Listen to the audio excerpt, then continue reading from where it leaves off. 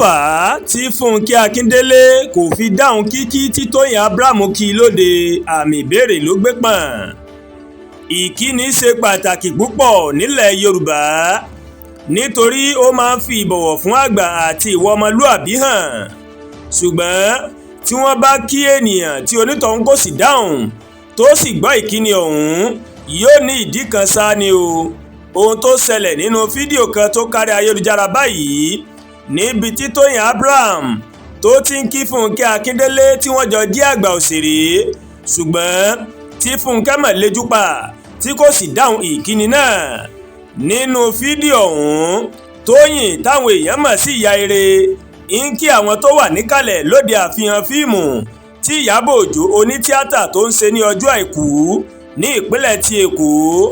Bó ṣe dé ibi tí Funke wà, ìmọ̀ ló mọ̀ súnmọ́ tó sì ń pè é àǹtí Funke àǹtí Funke, ṣùgbọ́n kàkà kí Funke táwọn èèyàn tún mọ̀ sí Jennifer kàkà tó yẹ kó dáhùn níṣe ló mọ̀ kọ ojú rẹ̀ sí ọ̀kan tó ń wòkè láì rẹ́rìn rárá o, kò sì dáhùn ìkíni náà bó tilẹ̀ jẹ́ pé ẹni tó jókòó tì í ó mọ̀ dáhùn ní tirẹ̀. Nígbà tí Toyin torí wípé Funke kò mọ̀ dáhùn, ó fi sílẹ̀ ó sì gba ibòmíràn lọ láti lọ jókòó. Bí fídíò ọ̀hún bó ṣe hàn tó tí ohun tó ṣẹlẹ̀ níbẹ̀ kò sì rújú rárá. Àṣírí ohun tó fà á tí Funke Akindele tó fi lejú pa kò tí hàn síta. Ohun kan tí ọ̀pọ̀ èèyàn tiẹ̀ ń sọ lórí ayélujára ni pé Funke Akindele táwọn mọ̀mọ̀ kì í máa ṣe onígbéraga ẹ̀dá. Wọ́n ní ẹni tó máa ń kó ọ̀pọ̀ èèyàn mọ́ra ní Funke Akindele tó bí ìbejì. Ohun tó jẹ́ kó fi ìyá rẹ̀ gún lágídí kò yé àwọn o, ṣùgbọ́n àlàyé àwọn mìíràn ni pé àwọn ìwà tí Toyin ti hù sí Funke tẹ́lẹ̀ ń ló jẹ́ kó jẹ ojú rẹ̀ láàrin èrò.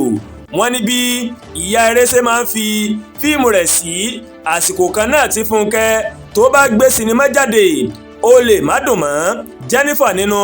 Bákan náà ń làwọn kan sọ pé Toyin ó máa ń figagbága pẹ̀lú Funke Akindele jù, bẹ́ẹ̀ Funke kì í ṣe ẹgbẹ́ rẹ̀ níbì kankan.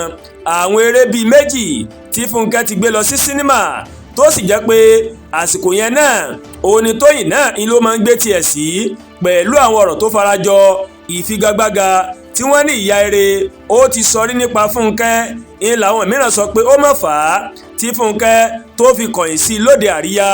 Àwọn ìṣẹ̀lẹ̀ yìí ti pẹ́, ọ̀pọ̀ èèyàn ló sì rò pé àwọn òṣèré méjì yìí wọ́n ti gbàgbé nípa rẹ̀, ṣùgbọ́n ohun tí Funke ṣe yìí ń ló jẹ́ kí wọ́n máa sọ wípé àárín wọn rèé kò tí ì gúnrégé o. Àdúràgbà Olúwatóyìn ló ń kàròyìn sí létí láti kàn ní Ẹ̀yà Yorùbá World TV.